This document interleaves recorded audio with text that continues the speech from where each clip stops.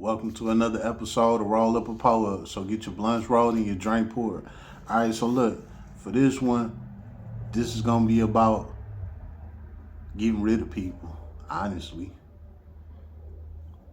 You want to clean up some people in your life, you want to remove different people and their characters from around you. I'm about to tell you exactly how to get rid of them. Ask them for some money.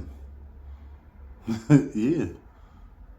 You want to get rid of somebody, ask them for some money.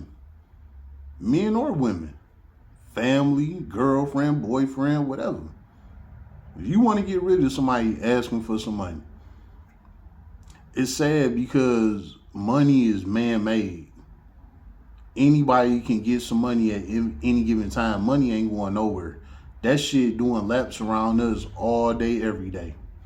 But a lot of people cherish money more than they cherish life itself. It's sad, it's fucked up, but it's the truth. You know what I'm saying? And if you watching this, you know exactly what I'm talking about.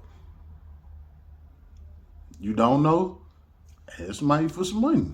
Even if you don't need it. Just ask them for it. Hey, I need 500. Motherfucker gonna smoke you and they ain't gonna talk to you no more. Let me give you a good example, right? This little quick story right here about one of my homeboys I grew up with in the hood, right? This is my homie. He was cool people, and we was rocking and all that. We ain't never had no problem. We done did a little shit together, all that. He was always on the block with us, all that shit. You know what I'm saying? He was a cool nigga. Matter of fact, let me name drop him. Nigga named Quentin. You know what I'm saying? Because like I said, I ain't worried about shit. So I dropped the nigga name. So what happened was after high school, like everybody broke apart and went their own ways. So I really ain't see dog for a couple of years. You know what I'm saying? I went to prison and all that shit. So after I got out of prison, I ended up running into him again. And me and him, we linked back up, we back cool, all of that. Like we ain't never fell apart. It was just, we linked back up, on some getting older type shit. So with us linking back up, come to find out he a barber now. So he cutting hair and doing his thing, you feel me? I told him, I'm like, look, man, you be my barber, bro. You my mans. This nigga was my barber since, what year was that? I think it was like 2016, all the way up into this year. So that was 8 years. He been my barber for 8 years. I've been going to him faithfully for 8 years. He didn't change locations like 4 or 5 times. I kept on changing locations with him because he my dog. You know what I'm saying? It done been times where he wasn't in the shop no more, or he had to cut me at his house. You know what I'm saying? He doing my lineups at his house. I'm supporting him. I'm still coming through. I pay him every time. I never owed him a dime, none of that shit. I paid him every time. And I tip at that. This is my dog. I'm here to support. And I'm also shouting him out on Facebook and everything, I'm trying to help him build his clio up, And then it didn't got that deep to where he had to leave his spot where he was at, move in with his baby mama. You know what I'm saying? So he living with his baby mama, he got to cut me in the basement. He doing my lineups in the basement of his baby mama house, where he got a bunch of dogs down there that smell like shit, all type of shit.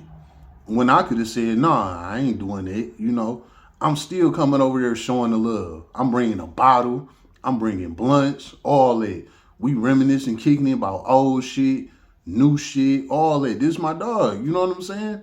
So it was always a good vibe every time me and him linked up. You feel me? Man, listen.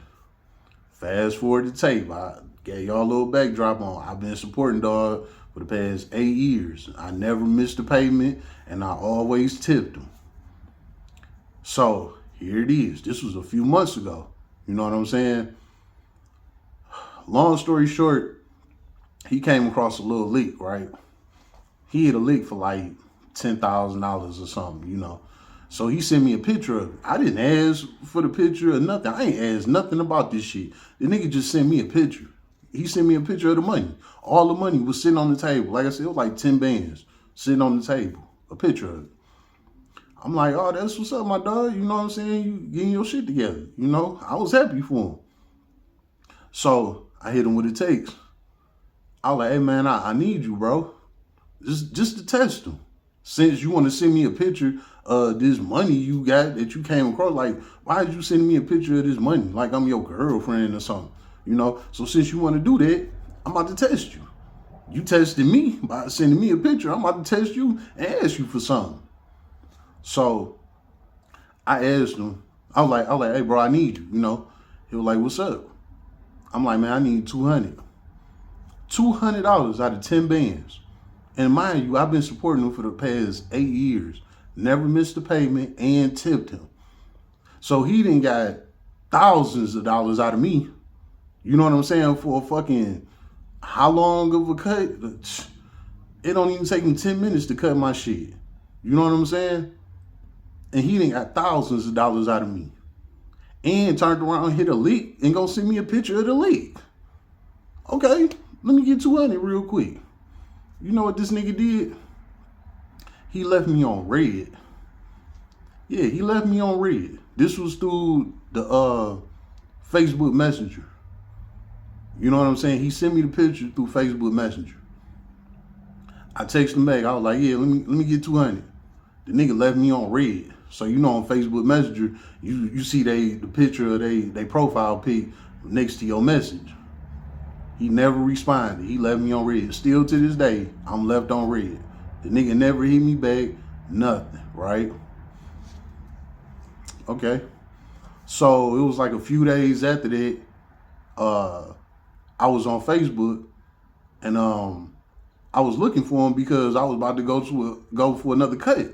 Even though I got his phone number and everything, but I like to operate off of Facebook Messenger because, you know, it's quicker and easier for me. You know, instead of texting and calling, Facebook Messenger is a better app for me, you know.